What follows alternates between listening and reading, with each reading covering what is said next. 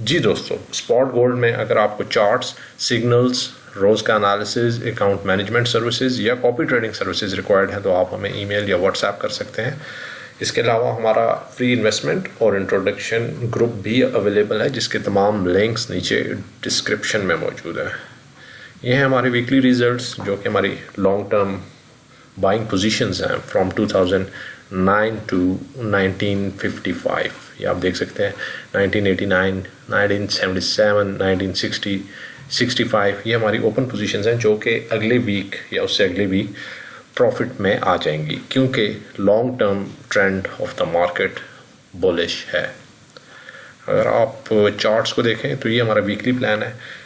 Gold market ने already 1935 पे एक बॉटम बनाया है। आप यहाँ पे ये डबल बॉटम फॉर्मेशन देख सकते हैं, और मार्केट 1955 और 1985 के लिए बिल्कुल तैयार है। मार्केट को शॉर्ट करना इस वक्त रिस्की है, क्योंकि ओवरसोल्ड कंडीशंस हैं मार्केट के अंदर, और मार्केट किसी वक्त भी यहाँ से बाउंस करेगी टूवर्ड्स 1955 और 1985 लेवल्स।